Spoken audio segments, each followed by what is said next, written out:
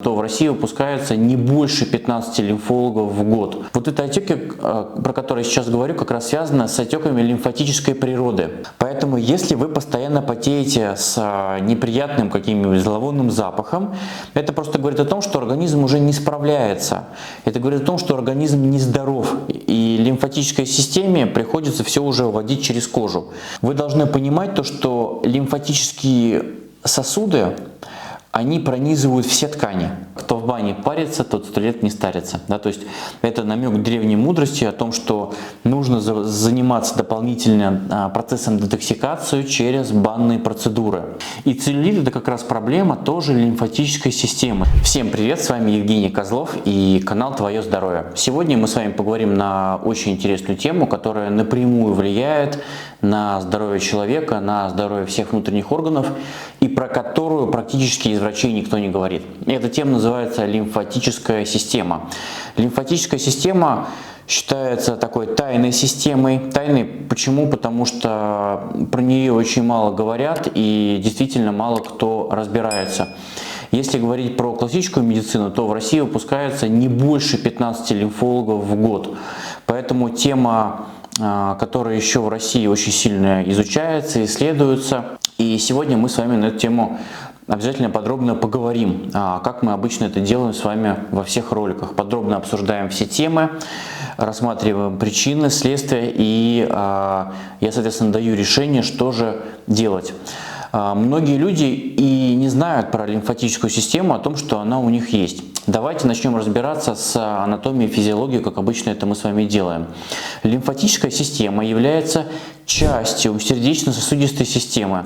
В свою очередь, сердечно-сосудистая система состоит из кровеносной системы, то есть это кровь, это сосуды, это сердце, которое постоянно сокращается и толкает кровь. И второе — это лимфатическая система.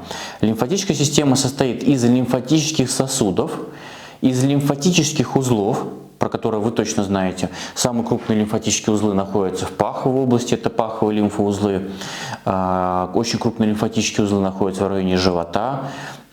И лимфоузлы самые известные — это подмышечные и шейные подчелюстные. Соответственно, лимфа течет по лимфатическим сосудам и проходит сквозь лимфоузлы. И первая и самая главная функция лимфатической системы — это отвод лишней жидкости. Сама лимфа получается из межклеточной жидкости. Межклеточная жидкость — это жидкость, в которой находятся все наши клеточки. Ну, для такого упрощенного восприятия можно себе представить, что все клетки находятся в некой такой жидкостной среде, и вот эта лимфа, она получается из межклеточной жидкости. Соответственно, задача лимфы — отводить лишнюю воду из тканей. И если лимфатическая система у человека начинает плохо работать, если она начинает забоить, то это приводит к отекам. И это как раз та ситуация, когда ко мне пациенты приходят и жалуются на отеки ног, то, что они не могут влезть в свои туфли, на то, что у них появился целлюлит, или то, что они вечером не могут надеть на свой палец обручальное кольцо, то есть пальцы тоже отекают, либо отечность лица. Вот это отеки, про которые я сейчас говорю, как раз связано с отеками лимфатической природы. Лимфа у человека очень густая, плохо циркулирует, и это приводит к лимфатическим застоям. Вот, соответственно, если лимфа не справляется, если она плохо работает, лимфатическая система, это приводит к нарушению водного баланса, и у человека появляются отеки. Второе, на что влияет лимфа, это иммунитет. То есть лимфа — это система, которая связана с иммунитетом. Если лимфатическая система плохо работает, то человек постоянно болеет. У нас в классической медицине, к сожалению, принято, что если человек болеет, значит ему нужно давать противовирусные, антибиотики или какие-то препараты для повышения иммунитета назначать. И это не всегда правильно. Нужно обращать внимание на лимфатическую систему, потому что если она плохо работает, то иммунитет всегда будет сбоить, что у взрослого, то и у ребенка. Поэтому для того, чтобы восстановить работу иммунной системы, мы всегда должны обращать внимание на то, как работает лимфатическая система. И в первую очередь мы должны обратить внимание на состояние лимфоузлов. Те люди, у которых постоянно лимфоузлы увеличены, возможно, это паховые лимфоузлы, шейные лимфоузлы, подчелюстные лимфоузлы. Это говорит о том, что лимфатическая система не справляется либо с токсинами, которые там есть, либо с вирусами и бактериями. То есть в лимфатической системе находятся вирусы и бактерии. Если у организма не получается с этим справиться, то в ответ на это лимфоузел увеличивается. И вот могу сказать, что ко мне часто приводят детей на прием, у которых увеличены хронически лимфоузлы вот в этой области. Да, почему они увеличены? Потому что здесь есть какая-то вялотекущая инфекция, которую организм сам забороть не может. Что обычно назначают классические доктора? Антибиотики или противовирусные?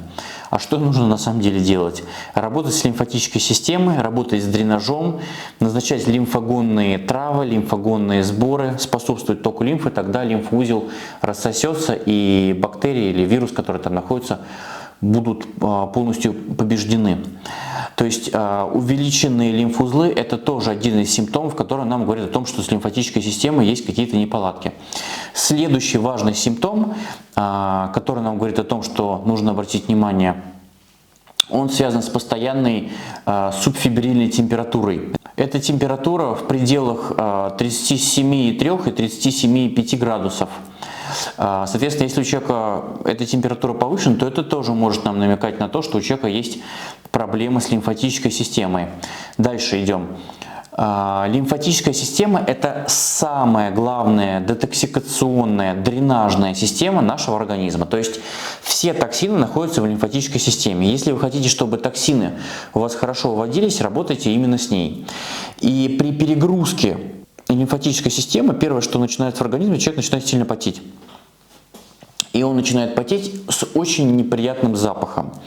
Поэтому, если вы постоянно потеете с неприятным каким-нибудь зловонным запахом, это просто говорит о том, что организм уже не справляется. Это говорит о том, что организм нездоров. И лимфатической системе приходится все уже вводить через кожу. Кожа – это тоже один из таких дренажных органов. Поэтому, если появился запах, и здесь мы говорим не только про запах после тренировок, но даже про запах в неком относительном покое, то это говорит о интоксикации и захламлении вашего организма.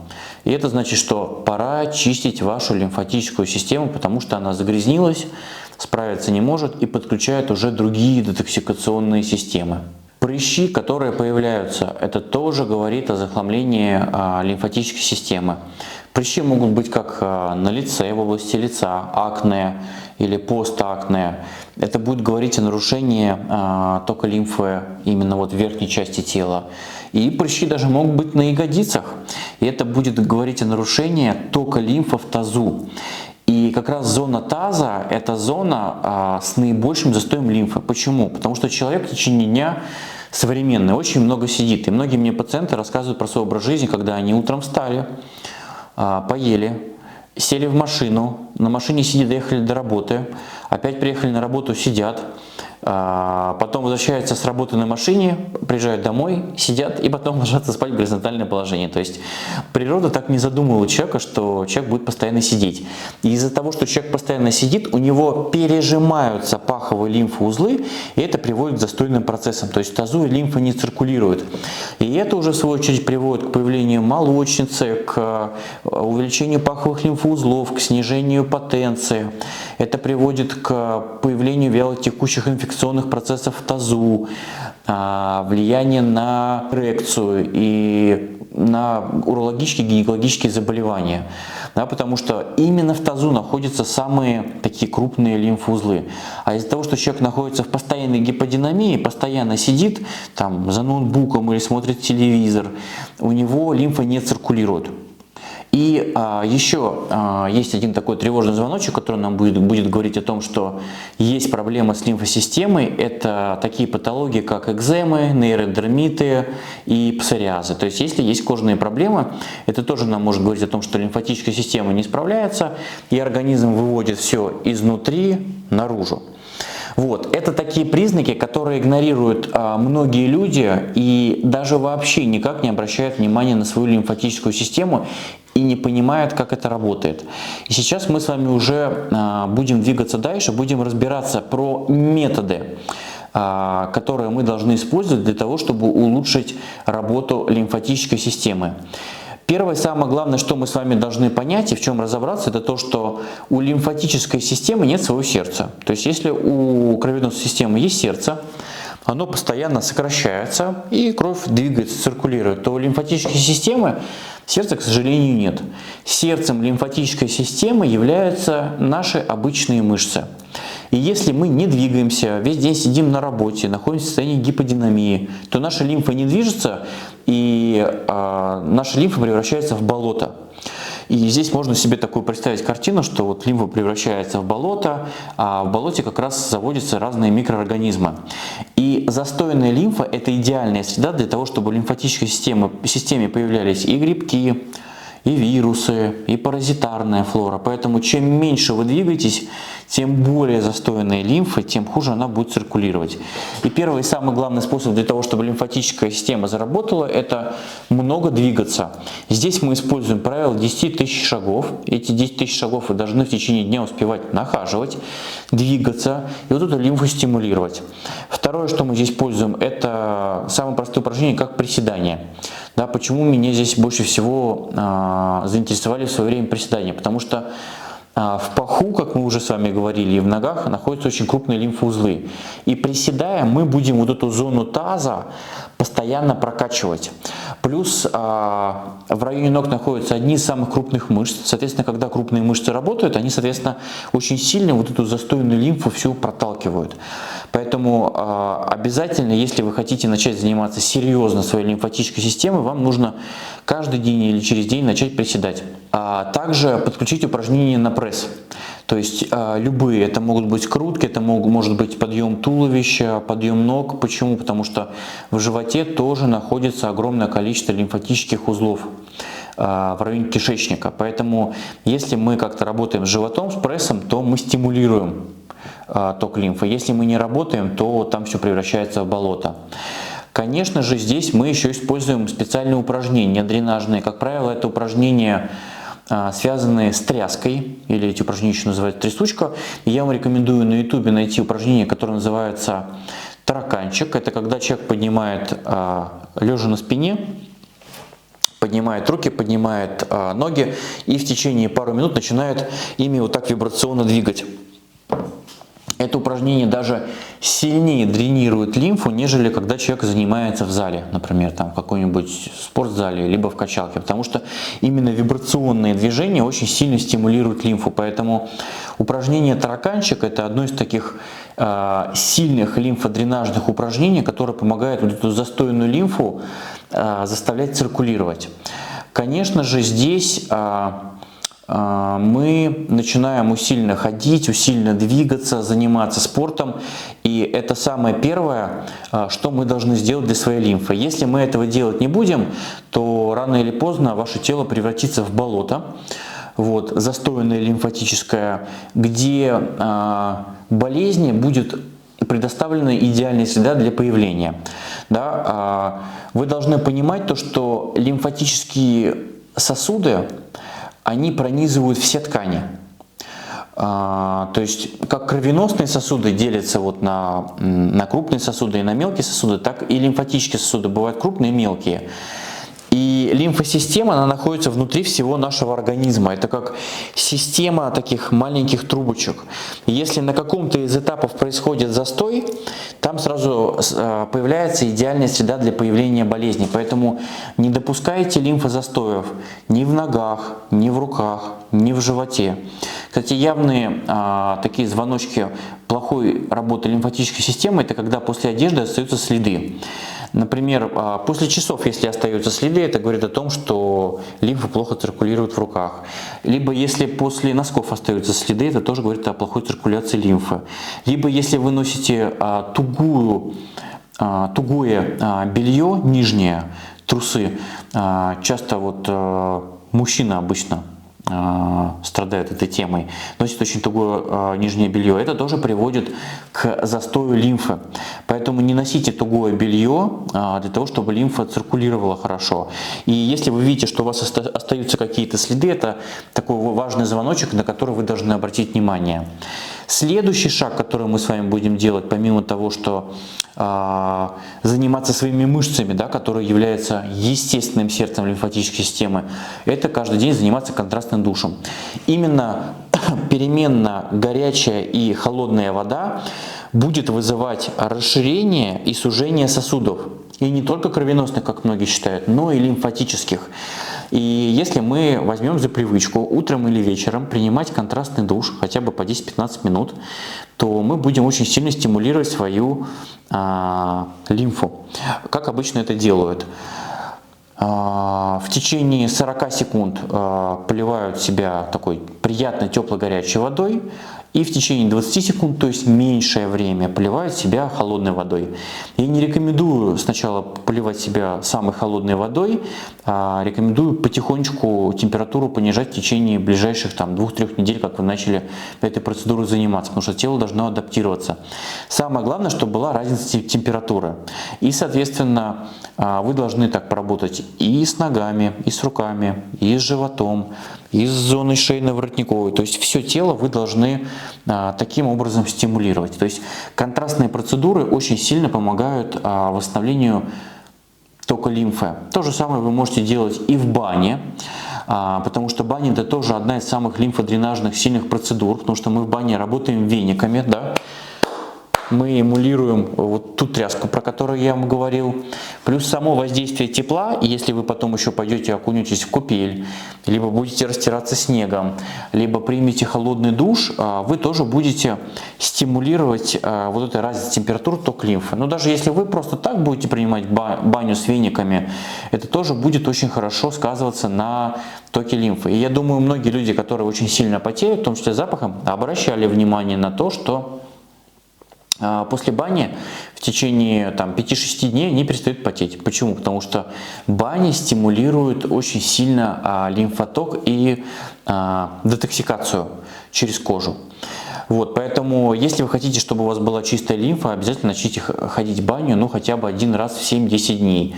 И не зря вот именно в старорусской традиции, в старославянской традиции люди все время ходили в баню как раз для того, чтобы очистить свой организм. И существует такая поговорка: кто в бане парится, тот 100 лет не старится. Да, то есть это намек древней мудрости о том, что нужно заниматься дополнительно процессом детоксикации через банные процедуры. Третий способ, который я рекомендую использовать для того, чтобы начать потихонечку налаживать нашу лимфатическую систему, это массаж. Либо самомассаж, либо найти хорошего доброго массажиста с хорошими опытными руками и походить к нему на массаж. Но массаж должен быть лимфатическим. Да, то есть массаж нужно делать строго по току лимфы. А лимфа течет от периферии к центру. И с ногами та же самая история. От периферии к центру, то есть снизу вверх. Если делать массаж по правильному направлению, по правильному вектору, то мы вот эту лимфу будем как раз сгонять к крупным лимфоузлам. По рукам это будет к подмышечным лимфоузлам, а по ногам это будет к паховым лимфоузлам. Бывает, кстати, если у человека есть сильные проблемы с лимфатической системой или наличие каких-то вялотекущих инфекций, после такого массажа человека знобит или повышается температура. Я уверен, что меня точно будет смотреть человек, который меня поймет, о чем же я говорю. То есть, если это случается, это говорит о том, что просто эта застойная лимфа попала в лимфоузлы, и лимфузел начал активно включаться в работу для того, чтобы забороть ту инфекцию или тот вирус, ту бактерию, которая попала в крупный лимфоузел. Вот, такое бывает. Поэтому я рекомендую 2-3 раза в год делать курсовой лимфатический лимфодренажный массаж для того, чтобы дополнительно лимфатической системе помогать очищаться. Также здесь мы можем использовать метод баночек, банки, вакуумно-градиентная терапия, либо прессотерапия. Прессотерапия — это такая процедура, когда на человека надевают такие огромные сапоги, и идет пульсационная волна, которая дренирует лимфу.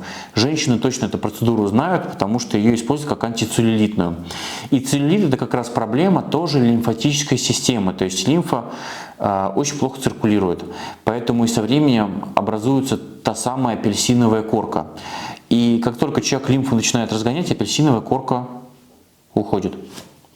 Вот, поэтому, если вы хотите избавиться от целлюлита, нужно мазаться не кремами, а заниматься своей лимфатической системой. Следующий важный пункт, который влияет на нашу лимфатическую систему, это водно-питьевой режим.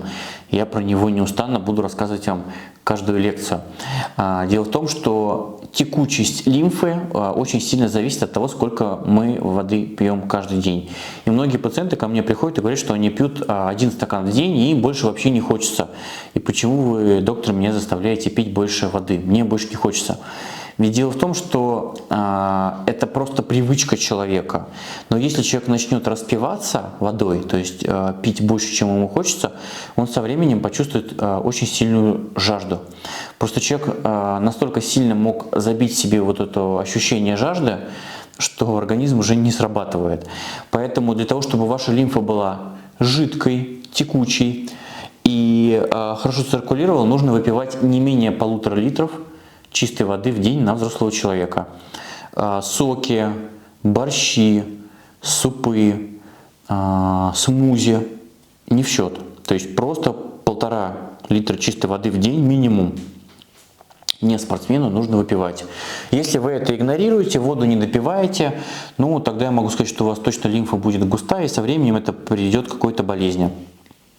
Поэтому для того, чтобы начать разжижать свою лимфу, нужно пить обязательно достаточное количество воды. Конечно же, очень сильно влияет на лимфатическую систему наше питание, то есть то, что мы едим. И в первую очередь, что будет загущать лимфатическую систему? Конечно же, это быстрые углеводы, про которые я уже много говорил в своих прошлых видео. Конечно же, это еда искусственного происхождения, которая в природе не существует. Ну, мы же понимаем с вами, что эклера в природе не существует. Или не существует в природе каких-то вкусняшек, которыми изобилуют все кафе. То есть все быстрые углеводы, все продукты химического происхождения, консервированные продукты я рекомендую убрать, поскольку именно они сильнее всего отягощают работу лимфатической системы. Вот. А в питании разжижать лимфу будут овощи, разжижать лимфу будет зелень, корнеплоды и фрукты. То есть та живая еда, которую нам рождает природа, особенно эта клетчатка, это будет способствовать разжижению лимфы. Поэтому здесь подойдут рецепты зеленых смузи из большого количества зелени, там, с добавлением овощей. Это те рецептуры, которые будут помогать лимфе работать. А если вы продолжаете питаться точно так же, как это было раньше, например, завтракать кофе с пирожком или с большим каким-нибудь пирожным, то это прямой и неминуемый путь к тому, чтобы лимфатическая система ваша стала очень плохо работать. То есть для того, чтобы она со временем превратилась в болото, и в этом болоте уже начали появляться те или иные заболевания. Вот, поэтому первое, на что мы должны обратить внимание, это, конечно же, тема питания, тема еды. Потому что важно не только заниматься очищением лимфатической системы, но и следить за тем, что поступает внутрь и влияет на текучесть лимфы. Про питание, кстати, я очень часто рассказываю в своем телеграм-канале, поэтому обязательно на него подписывайтесь. Я там делюсь и разными лайфхаками про питание, про биологически активные добавки, делюсь случаями лечения разных болезней и патологий. Ссылочка будет внизу в описании, обязательно подписывайтесь, будет очень интересно. Если мы дальше будем углубляться в работу лимфатической системы, то я хотел бы рассказать вам о связи лимфатической системы с другими органами, ведь в организме все очень тесно связано, и нет какой-то системы, которая не была бы связана с другой. И первое, что будет влиять на лимфатическую систему, это работа печени. И про печень я вам уже рассказывал. На тему печени есть 3 видео, которые я вам обязательно рекомендую посмотреть, где я подробно рассказывал и анатомию печени, и физиологию печени, как ее можно очистить, и как помогать работе желчного пузыря. Все это есть. Единственное, я хотел бы упомянуть тот факт, то, что если у человека печень плохо работает, да, то есть если печень плохо очищает организм от токсинов, а у печени тоже детоксикационная функция, то, соответственно, все эти токсины будут попадать в лимфатическую систему. Поэтому, если мы занимаемся лимфатической системой и не занимаемся параллельно нашей печенью, то эффективность будет очень низкая. Потому что параллельно с лимфой мы должны восстанавливать детоксикационные способности печени. Да? То есть, если фильтр не работает, то все эти токсины идут в лимфатическую систему. И еще есть один очень важный орган, который тоже будет влиять на работу лимфатической системы, это наш кишечник. И здесь, конечно же, мне хотелось бы с вами поговорить про запор. Про запор, кстати, у меня есть уже одно видео, я записывал и тоже рекомендую с ним ознакомиться. Здесь будет вот в чем проблема. По моим наблюдениям, пациентов, которые ко мне приходят на очные и онлайн-консультации, у многих людей есть запор. То есть, когда человек не ходит в туалет каждый день.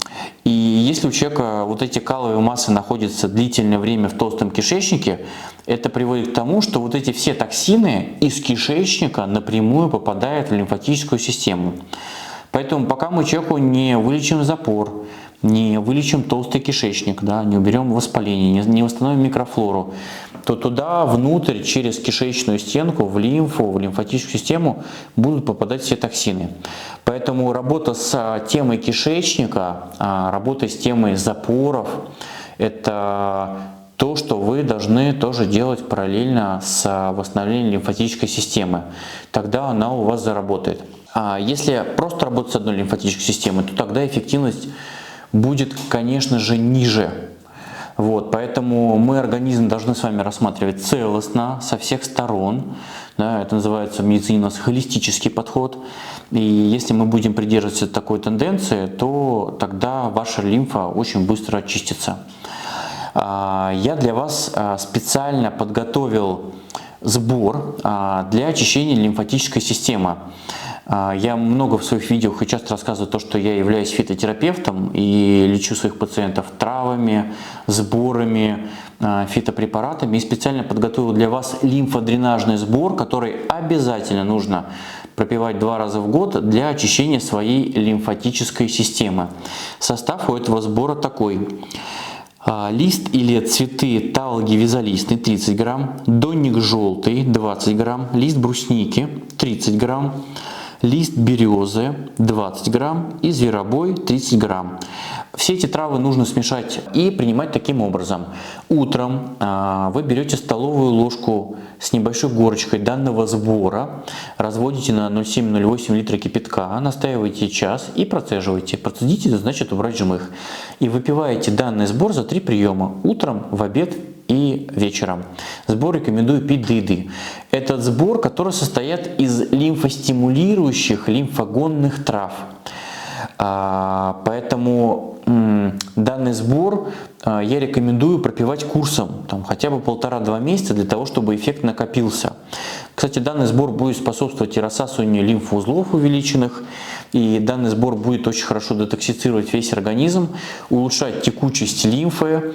И фитотерапия – это вообще один из самых лучших методов для того, чтобы очищать лимфатическую систему человека. Поскольку вы в комментариях у меня постоянно спрашиваете какие-то практические советы, то я не мог для вас не составить сбор для того, чтобы вы им пользовались и очищали свою лимфатическую систему. Потому что я уверен, что ни один доктор в поликлинике и ни один доктор в платной клинике вам даже про очищение лимфатической системы ничего и не рассказывал. Второе, что я бы здесь добавил бы, это добавка, которая называется жидкий хлорофилл. Жидкий хлорофилл я рекомендую фирму НСП, и его принимать по столовой ложке 2 раза в день. Жидкий хлорофилл является очень таким мощным, сильным детоксикантом, который очищает и лимфатическую систему, и кровеносную систему. Поэтому для того, чтобы более целостно начать вам работать с лимфатической системой, я рекомендую и начать сбор пить, и начать принимать жидкий хлорофилл. Есть еще дополнительные методы, про которые я хотел бы вам рассказать, что еще очень сильно может повлиять на работу лимфатической системы. Первое – это диафрагма. То есть состояние нашей диафрагмы. Диафрагма разделяет нашу грудную часть от брюшной части, грудную полость от грудной полости. Если есть какие-то проблемы с диафрагмой, то есть она спазмирована, то это напрямую будет влиять на ток лимфы. Дело в том, что наша диафрагма тоже, как и мышцы, дополнительно прокачивает лимфу. И если она у нас спазмировалась, то это будет напрямую влиять на ток лимфы. Как здесь можно себе помочь? Здесь я вижу два пути. Либо вы ищете висцерального терапевта и остеопата, который вам ее расслабляет и восстанавливает, либо вы разбираетесь в теме диафрагмального дыхания, учитесь дышать зоной ребер, вот, осваиваете полное йоговское дыхание. На ютубе, я думаю, материалов можно будет найти очень много. Это место у вас расслабляется, вы начинаете правильно дышать, и уже сама диафрагма начинает дополнительно стимулировать ток лимфы. Обязательно на это обратите внимание. Про это вообще мало кто говорит. Про это знают, как правило, только остеопаты, йоги, кинезиологи и мануальные терапевты. Второе. Есть такой прибор, если его так можно назвать, называется душ Алексеева.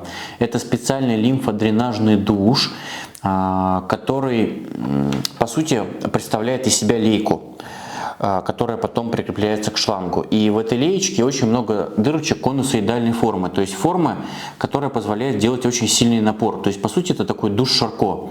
И вот этот душ Алексеева можно присоединить к обычному шлангу, который находится у вас в ванне.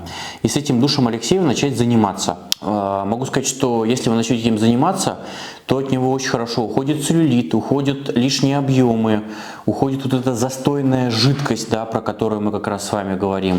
То есть это очень мощный способ лимфатического такого дренажа для организма. Поэтому можете в интернете сами найти душ Алексеева, берите самый простенький с 3 насадками и начать им пользоваться на каждодневной основе. И конечно же, хотелось бы еще раз упомянуть про тему питания. Она будет напрямую влиять на текучесть вашей лимфы. Специально для этого я разработал свое меню, которое позволяет избавиться от отеков, восстановить ток лимфы и наладить работу желудочно-кишечного тракта всего, включая печень. Это меню я составлял сам, это большой PDF-документ, больше чем на 50 страниц, где прописаны и завтраки, и обеды, и ужины, и перекусы, и специальные очищающие смузи. То есть это меню как раз создано для очищения организма. Также оно очень хорошо помогает тем людям, у кого постоянные прыщи, высыпание, плохое самочувствие. Поэтому я рекомендую это меню тоже использовать для очищения лимфатической системы. Ссылочку на данное меню я прикрепляю внизу в описании под видео. И будем уже потихонечку подходить к концу, резюмировать. То есть хочу сказать, что лимфатическая система – это одна из самых главных систем нашего организма, которая тоже требует внимания, профилактики, ежедневные вашей заботы и любви. И если вы будете заниматься своей лимфатической системой, то я уверен, что вы начнете себя гораздо лучше чувствовать, у вас улучшится работа и иммунной системы, и детоксикационной системы, улучшится тургор ваших тканей, улучшится ваша энергичность, самочувствие. То есть лимфа действительно влияет на очень много процессов, но многие, к сожалению, ее упускают из вида. Я лимфологией занимаюсь уже больше 10 лет и достаточно серьезно ей владею. И специально для всех своих слушателей и пациентов я разработал продукт, который называется «Тайна лимфатической системы».